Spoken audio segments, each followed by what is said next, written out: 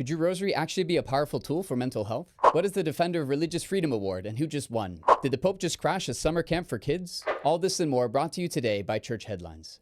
Hello and welcome to Church Headlines, your regular Catholic news recap. I'm Brother Darius Lawrence, and I'm happy to have you here for our latest episode. Don't forget to hit the like and subscribe button to stay up to date with the Catholic world. Let's dive right in. In a landmark 6-3 ruling, the U.S. Supreme Court upheld the right of individual states to pull Medicaid funding from abortion providers. This all started when South Carolina's Governor Henry McMaster made a move back in 2018 to exclude Planned Parenthood from the state's Medicaid program. That decision sparked a legal battle that eventually made its way to the highest court in the country.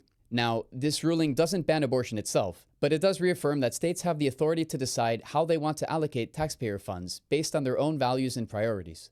Supporters are calling it a major win for the pro-life movement and an important step in defending the conscience and rights of taxpayers. It's also seen as a way to empower local governance, giving states more control over cultural and moral issues. A new psychological study has found that praying the rosary isn't just spiritually enriching, it actually has measurable mental health benefits. According to this research, which was conducted by a group of European scientists and published in the Journal of Religion and Health, praying the rosary can significantly reduce anxiety, foster empathy, and promote a sense of calm, focused attention. What is really fascinating is that the structure of the rosary, its repetitive prayers and meditative rhythm, mirrors techniques used in clinical therapy and secular mindfulness practices. Basically, it's like an ancient form of prayer that doubles as a kind of spiritual breathing exercise. Another striking aspect of the study was the fact that 62% of the participants who frequently prayed the rosary held postgraduate or master's degrees. That statistic really pushes back against the stereotype that traditional devotions like the rosary appeal mainly to the less educated. At a time when mental health challenges are on the rise and many people are turning to expensive or hard to access wellness programs,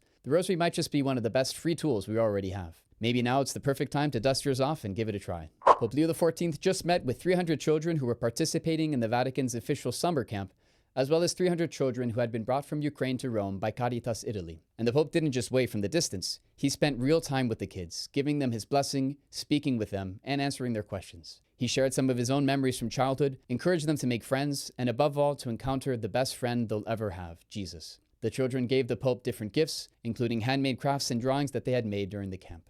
For the month of July, Pope Leo XIV is inviting all Catholics to join him in prayer for something we all struggle with: discernment. We are faced daily with infinite possibilities and decisions, and sometimes we can be paralyzed by fear. It's not always easy to know which path to choose. In a video message, Pope Leo asked his worldwide prayer network to pray that we may learn how to discern, how to choose the right paths in life, and reject what leads us away from Christ and the gospel.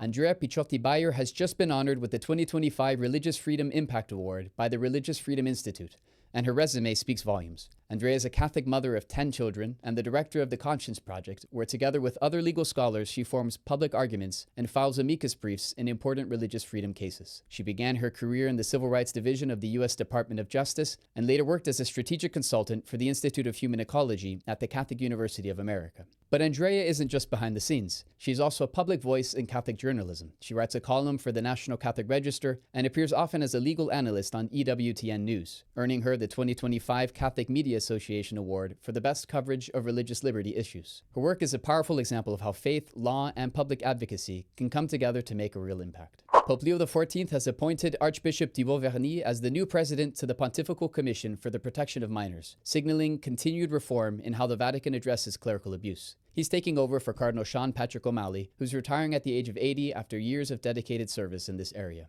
Archbishop Verny comes with a strong background in abuse prevention. He previously served as the president for the Council for the Prevention and Fight Against Pedophilia in France. During his time there, he not only helped set up an independent commission to study cases of sexual abuse in the church, but he also founded an official body dedicated to reparation and compensation for victims. He has a history of personally dedicating himself to listening and accompanying victims. His appointment sends a clear message. The Vatican is serious about continuing reforms and ensuring that the Church is a place of healing, safety, and justice for survivors. In a high-profile Vatican audience, Pope Leo XIV received Italian Prime Minister Giorgia Meloni, who is herself Catholic.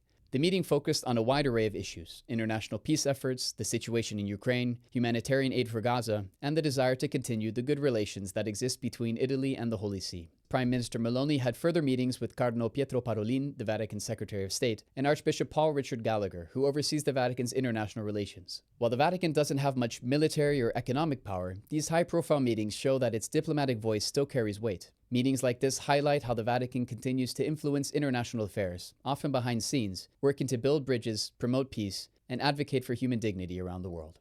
And that wraps up this week's edition of Church Headlines. Thank you for joining us as we keep you informed on the latest news from the Catholic world. Don't forget to like, share, and subscribe to stay connected. Until next time, thank you and God bless.